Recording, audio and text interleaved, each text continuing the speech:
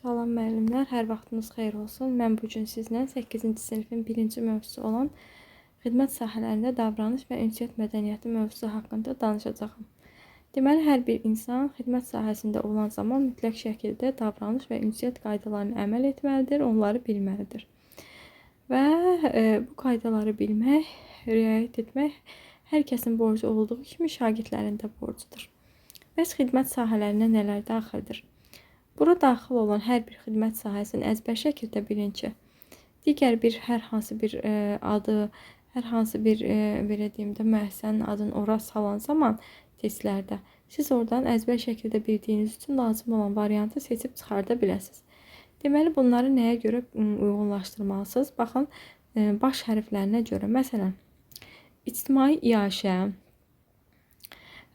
sonra ilərə yaxın bir şeyləri götürək. Məsələn, turizm, sonra təmir, ticarət, tərcümə, baş hərfləri t-ları götürürük. Sonra deməli, kirayə, səhiyyə, rabitə, daha sonra iaşə, maliyyə, məlumat, mənzil kommunal və məişət kimi deməli xidmət sahələri daxildir. Və xidmət sahələrində mütləq şəkildə öz davranışlarımıza diqqət etməliyik. Davranış iki cür olur, real və verbal. Real təcrübə, hərəkət və ya rəftar şəklində, verbal isə sözlərlə ifadə olunur. Və mütləq sözlə davranış bir-birinə uyğun olmalıdır. Davranış mədəniyyəti normaları aşağıdakılardır. Hansı ki bunlar nəzakətlilik, ədəblik, mərifətlilik, zəriflik, təvazökarlıq, sadəlik və dürüstlük. Nəzakətlilik nədir? Mədəni və nəcib davranışdır. Ədəbilik, dəyərlər çərçivəsində özünü aparmaq deməkdir. Mərifətlilik, münasibətdə ölçü hissi, sərhəd hissidir. Həm də digər insanın reaksiyasında olduğu kimi anlamağa imkan verən daxili duyma qabiliyyətidir. Bir növ empatiya kimi. Zəriflik, insanların fərdi xüsusiyyətlərini aşkarlamaq, onları nəzərə almaq bacarığıdır.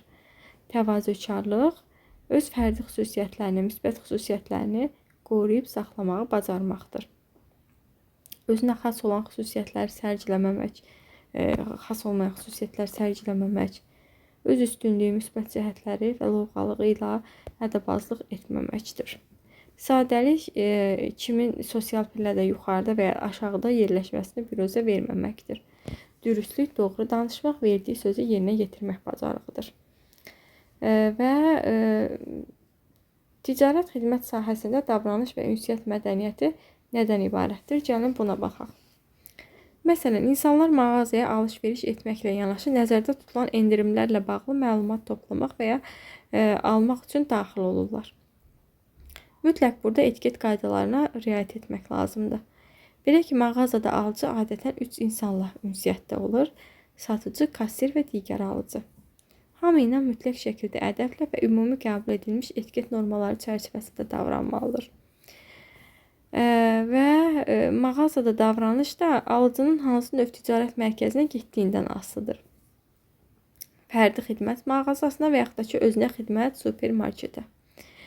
Deməli, alış-verişə getməzdən öncə mağazada lazım olanları yada salmağa vaxt itirməməkdən ötürü mütləq bir siyah ayırmaq lazımdır. Hansı ki, evin yaxınlığında olan mağazaya gedəndə belə mütləq ev geyimində getməməliyik. Mağazada davranış bir neçə ümumi qaydalarla tənzimlənir. Bu qaydalar istənilən alıcı, böyük supermarketlərdə və yaxud da ki, istənilən kiçik bir ərzaq dükanına girərkən xatırlanmalıdır. Mağazada səs salmaq, hündürdən danışmaq, özünə diqqət cəlb etmək olmaz. Və hamı mağazada nə salmaq məcburiyyətində deyil. Amma saatlarla malları əldən keçirib saçını təngə gətirmək olmaz. Yaxşı olar ki, mütləq nələrin alınacağını müəyyənləşdirməlisən öncədən və mağazada məqsəd yönlü və planlaşdırılmış alış-veriş etməlisən. Və bayaq biz etiketlə bağlı məlumat verdik. Etiket nədir? Etiket fransız dilindən tərcümədə yarlıq deməkdir. Etiket deməkdir insanların cəmiyyətdə davranış norması və qaydasıdır. Alış-veriş edərkən satıcıya aldığınız malın dəyərindən əlavə pul vermək məsləhət deyil. Yalnız bazarda, buknis dükanlarında, sahibkarın endirim edə biləcəyi digər yerlərdə qiyməti aşağı salmaq üçün sövdələşmə aparmaq olar. Mağazaya girişdə bəzən insanların çox olması maneə yaradır.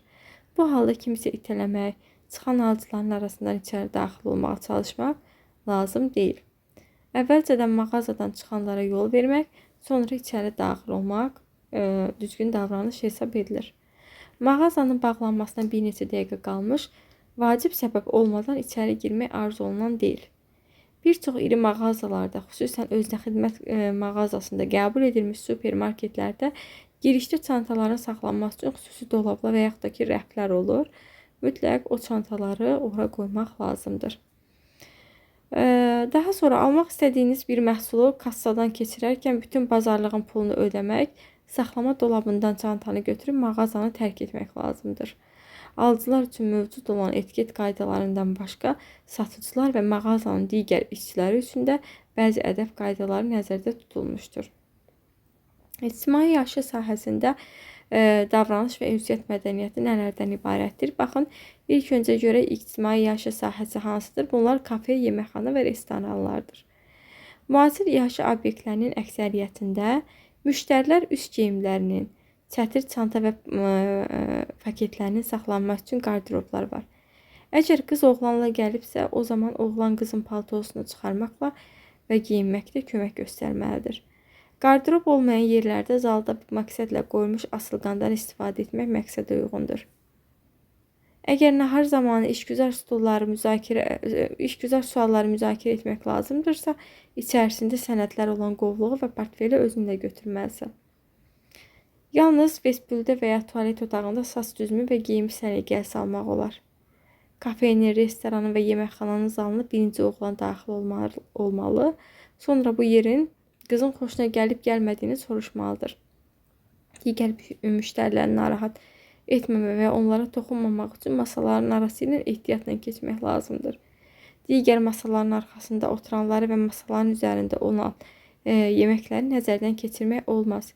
Əgər boş masalar yoxdursa, amma artıq tutulmuş masalar arxasında boş yerlər varsa, mütləq oturmamalısan, oturmaq məsləhət deyil. Əgər əyləşmək məcburiyyətdirsə, bu zaman mütləq icazə almaq lazımdır. Əgər icazə versələr, təşəkkür edib sonra əyləşməlisən. Belə yerlərdə üzü izalı oturmaq daha rahat hesab edilir. Kişilər masa arxasında xanımın sağında, əgər masa böyük deyilsə, üzüz oturmalıdır. Əgər bir neçə insan nahar edirsə, bütün sifarişləri ofisianta oturanların yeməklərlə bağlı fikirlərini konkretləşdirdikdən sonra bir adam çağırıb bu fikri ona çatdırmalıdır. Əgər görüşə gecikmişsinizsə, masa arxasında oturanlara qatılmaq lazımdırsa, dəvət edənə yaxınlaşmaq, gecikdiyiniz üçün üzr istəmək, sonra isə sizin üçün ayrılmış yerdə oturmaq lazımdır. Əgər masa üzərində bir menyu varsa, əvvəlcə qıza təklif edilməlidir. Dəvət edən şəxs və ya digər yeməyə hamı üçün sifariş edə bilər. Əgər bu işgüzar nahardırsa, birinci yeməyə dəvət olunmuş şəxs sifariş etməlidir. Nahar bitdikdən sonra ofisiantı çağırıb hesab istəmək lazımdır. Dəvət olunanların hesabını dəvət edən verməlidir. Ödəmədən sonra ofisianta təşəkkür etməli, masa arxasında durarkən stul yerinə qoymaq məsləhətlidir. Çıxarkən oğlan, kişi qapını açmalı və ya qıza, qadına çıxmaq üçün yol verməlidir. Bəs nələr məsləhət görülmür? Belə ki, masanın eyni tərəfində oturmaq, yeməklərə üfürmək və onları iyləmək, masa arxasında saç daramaq, masanın üzərinə çanta, əlcək, cib dəsmalı, daraq qoymaq, müştərilər üçün nəzərdə tutulmuş qazeti və jurnalı uzun müddət oxumaq, digərlərinin hərəkətlərini izləmək. Deməli, müəllimlər, mövzumuz hər birimizin həyatında tətbiq etdiyimiz bir mövzudur. Hansı ki, bu davranışları hər birimiz öz həyatımızda tətbiq edirik və asan mövzulardan biridir. Diqqətlə qulaq asın, uğurlar hər kəsə.